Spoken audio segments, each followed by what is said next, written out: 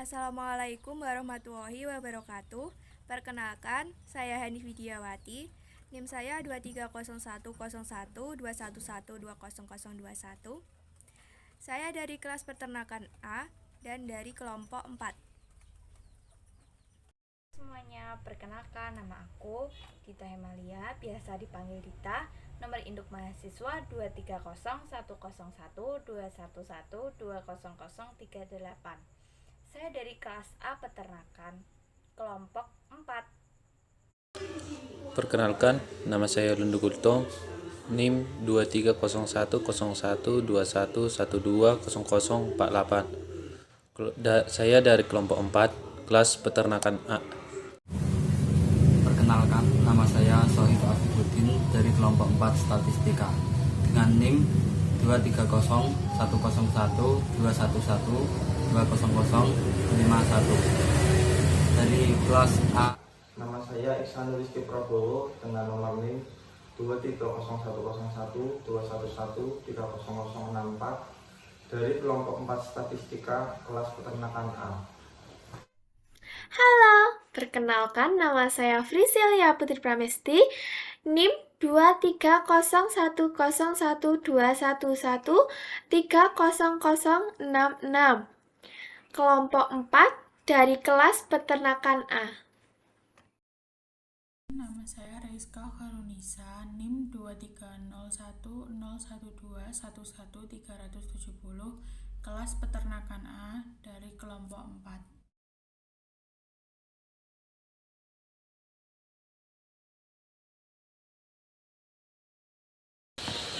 Pendugaan interval.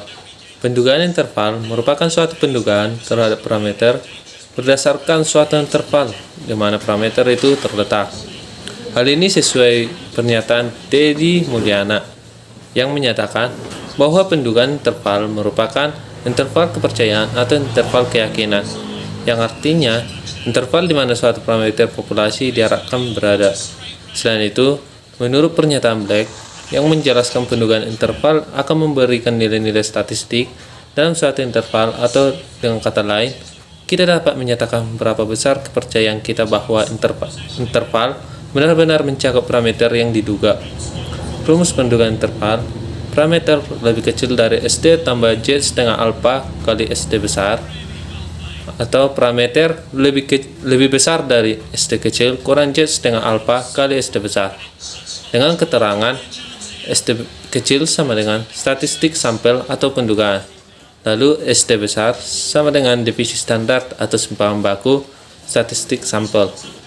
Y setengah alpha sama dengan koefisien yang sesuai dengan interval keyakinan yang digunakan dalam pendugaan interval, dan nilainya diberikan dalam tabel luas kurva normal. Pendugaan parameter dengan sampel besar. Pendugaan parameter dengan sampel besar adalah sebuah pendugaan yang memiliki ketentuan sampel lebih dari 30. Menurut Dwi Nur Laila tahun 2013, pendugaan parameter adalah bagian dari statistik inferensi yang merupakan suatu cara untuk memprediksi karakteristik dari suatu populasi berdasarkan sampel yang diambil. Hal tersebut sesuai dengan pernyataan Nur Subika tahun 2019 yang menjelaskan bahwa semakin besar ukuran sampel, maka semakin kecil nilai pendugaan parameternya. Untuk membuat pendugaan parameter interval, harus ditentukan terlebih dahulu besarnya tingkat keyakinan yang diberikan simbol 1 dikurangi alfa. Hal ini sesuai dengan pendapat dari Damanik tahun 2019 yang menyatakan bahwa proses pendugaan atau mengestimasi bertujuan untuk mendapatkan gambaran yang jelas tentang distribusi populasi. Penyusunan interval keyakinan ditentukan oleh distribusi sampling dan diketahui atau tidaknya standar deviasi populasi Touch atau simpangan baku. Ada beberapa hal yang harus diperhatikan dalam pendugaan rata-rata. Hal ini sesuai dengan pendapat dari Santoso tahun 2017 yang menjelaskan bahwa dalam melakukan pendugaan terhadap rata-rata atau mean populasi dengan menggunakan data yang diperoleh dari sampel, terdapat beberapa hal yang terlebih dahulu harus diperhatikan, yaitu ukuran sampel, apakah besarnya lebih dari 30 atau lebih kecil dari 30. Kemudian, informasi tentang distribusi populasinya. Apakah distribusinya itu normal atau tidak? Kemudian, standar deviasi populasinya yang diketahui atau tidak. Dan yang terakhir, pemilihan jenis distribusi yang menjadi dasar penaksiran. Nah, selanjutnya, rumus pendugaan parameter dengan sampel besar itu ada 3 rumus. Yang pertama yaitu ini, rata-rata sampel dikurangi Z dikali alfa dibagi 2 dikali touch dibagi akar ukuran sampel lebih kecil dari mu lebih kecil dari ukuran rata-rata ditambah Z dikali alfa dibagi 2 dikali touch dibagi akar ukuran sampel. Nah, rumus ini berlaku jika sampel besar atau N lebih dari 30 dari populasi yang tak terbatas atau dari populasi terbatas, tetapi penarikan sampel dilakukan dengan pengembalian. Nah, untuk rumus yang kedua, itu kita menggunakan ini. Rata-rata sampel dikurangi Z dikali alfa dibagi 2 dikali touch dibagi akar ukuran sampel dikali akar ukuran populasi dikurangi ukuran sampel dibagi ukuran populasi dikurangi 1 lebih kecil dari mu lebih kecil dari rata-rata sampel ditambah Z dikali alfa dibagi 2 dikali touch dibagi akar ukuran sampel dikali akar ukuran populasi dikurangi ukuran sampel dibagi ukuran populasi dikurangi 1. Nah, rumus ini digunakan kalau populasi terbatas. Akan tetapi, sampel sebanyak N diambil tanpa pengembalian dari populasi dengan ukuran populasi elemen dan touch yang diketahui. Nah, untuk rumus yang ketiga itu ini.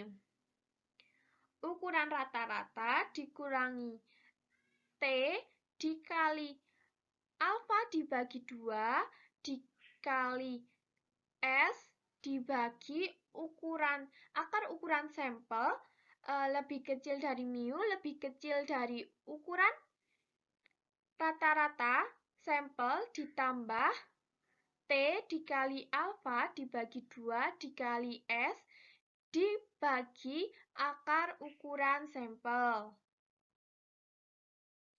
Nah, selanjutnya pendugaan interval untuk dua rata-rata. Rumusnya yang pertama yaitu S22 sama dengan 1 dibagi N2 dikurangi 1 dikali sigma dari XI2 dikurangi X rata-rata sampel 2 dikuadratkan. Nah, rumus ini digunakan jika N lebih dari 30 serta touch 1 dan touch 2 diketahui. Sedangkan jika N-nya kurang dari 30 serta touch 1 dan touch 2-nya tidak diketahui, maka rumusnya sebagai berikut ini. Yaitu rata-rata sampel 1 dikurangi rata-rata sampel 2 dikurangi T dikali alfa dibagi 2 dikali S dikali rata-rata 1 dikurangi rata-rata sampel 2 kurang dari mu 1 dikurangi mu 2 kurang dari rata-rata sampel 1 dikurangi rata-rata sampel 2 ditambah T dikali alfa dibagi 2 dikali S dikali rata-rata sampel 1 dikurangi rata-rata sampel 2. Nah, dengan rumus untuk S, rata-rata sampel 1 dikurangi rata-rata sampel 2 sebagai berikut, yaitu akar N1 dikurangi 1 dikali S21 ditambah N2 dikurangi 1 dikali S22 dibagi N1 ditambah N2 dikurangi 2 dikali akar 1 per N1 ditambah 1 per akar N2. Nah, untuk rumus S21 itu sebagai berikut. 1 dibagi N1 dikurangi 1 dikali sigma dari rata-rata I2 dikurangi rata-rata sampel 1 dikuadratkan. Nah, untuk sampel S22 rumusnya 1 dibagi N2 dikurangi 1 dikali sigma dari rata-rata I2 dikurangi rata-rata sampel 2 dikuadratkan. Baik, di sini saya akan menjelaskan mengenai materi pendugaan parameter dengan sampel kecil N kurang dari 30. Sebelum masuk ke materi itu, saya akan menjelaskan mengenai pendugaan. Pendugaan adalah proses menggunakan sampel statistik, dan menurut Fitria 2015 bahwa untuk menduga hubungan parameter populasi yang tidak diketahui, pendugaan digolongkan menjadi dua, yaitu pendugaan sampel besar dan sampel kecil. Pendugaan parameter dengan sampel kecil N kurang dari 30 menyebabkan nilai tengah dengan oleh SD menghasilkan selisih kesalahan, umumnya untuk sampel kecil.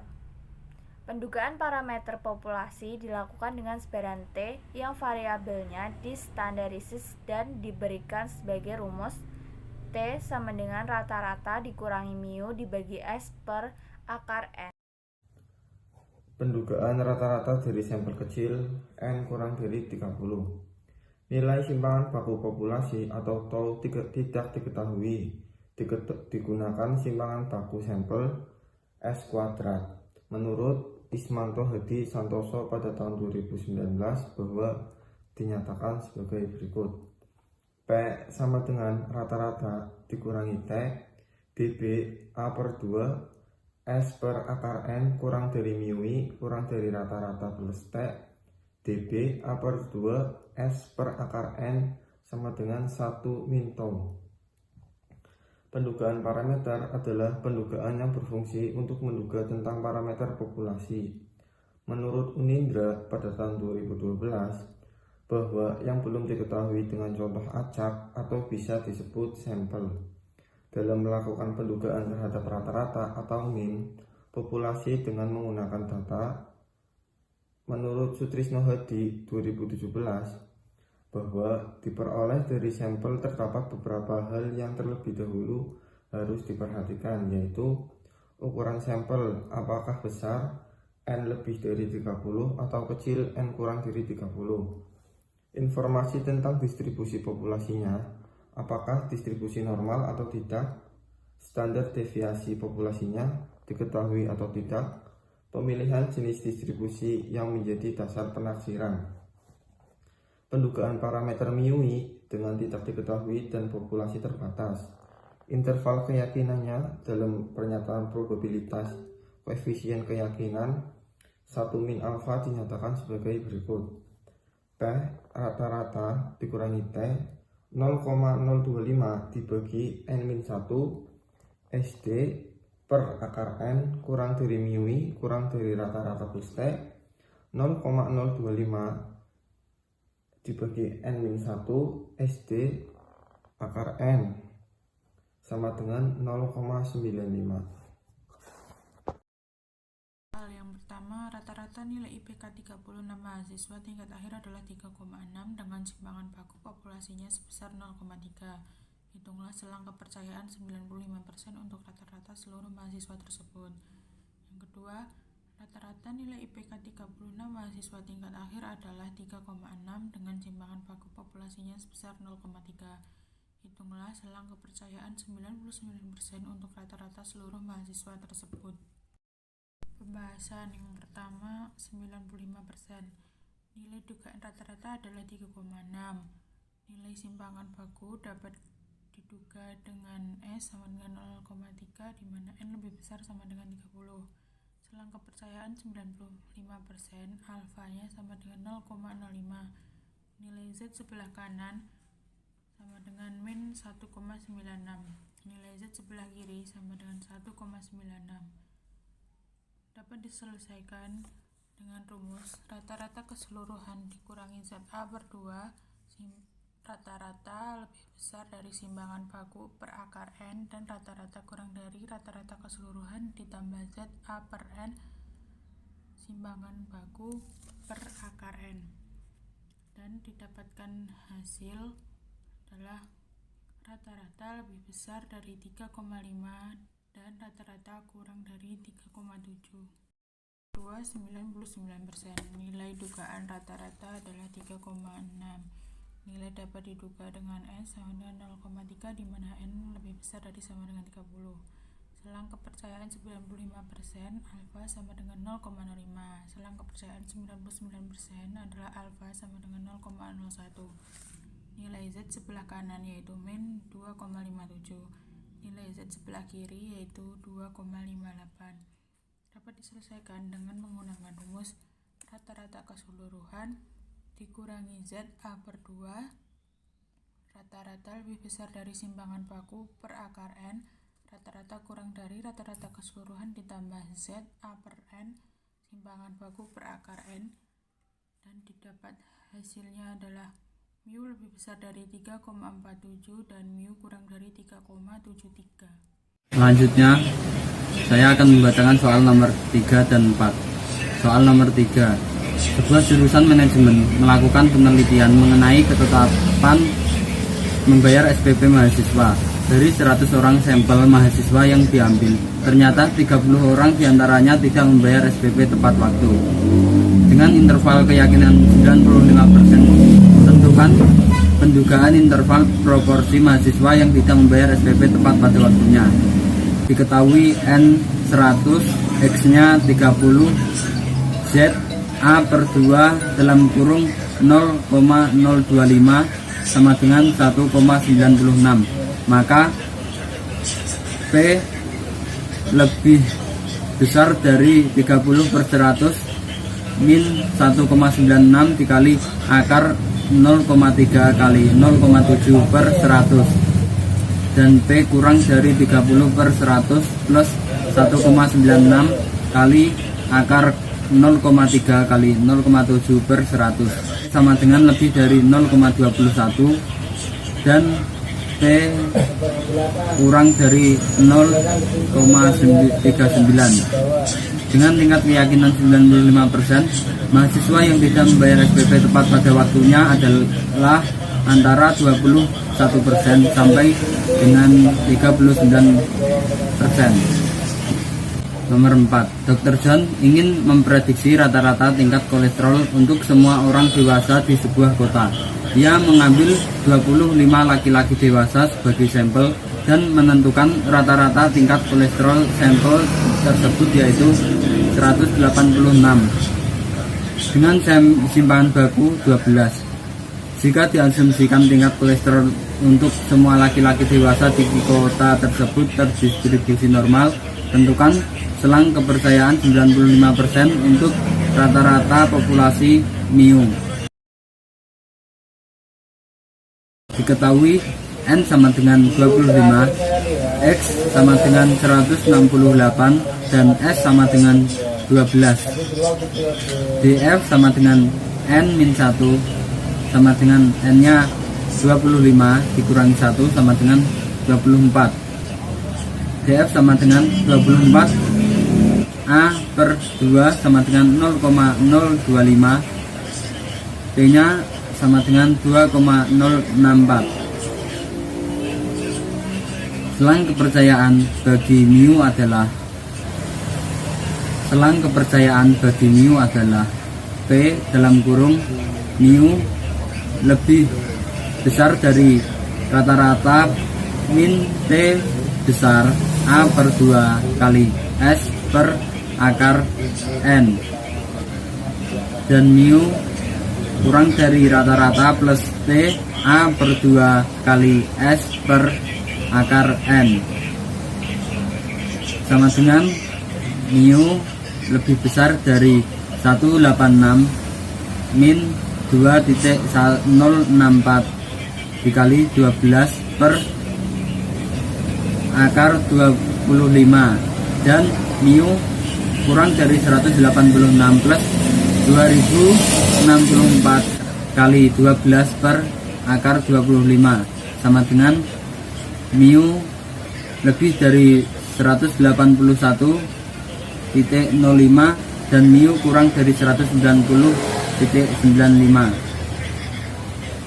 Jadi dengan tingkat kepercayaan 95%, rata-rata kolesterol untuk semua laki-laki dewasa di sebuah kota A terletak berkisar antara 181.0,05 sampai dengan 190.95. Soal yang kelima, penelitian dilakukan terhadap 16 sampel mahasiswa jurusan manajemen UI/EU untuk mengetahui rata-rata pengeluaran mereka dalam 1 bulan. Dari ke-16 mahasiswa tersebut didapat bahwa rata-rata pengeluaran per bulan adalah 500.000 dengan standar deviasi 100.000. Dengan interval keyakinannya 95%. Buatlah pendugaan interval pengeluaran rata-rata per bulan seluruh mahasiswa jurusan manajemen UI/EU. Jadi penyelesaiannya diketahui bahwa N-nya 16, X-barnya 500, S 100.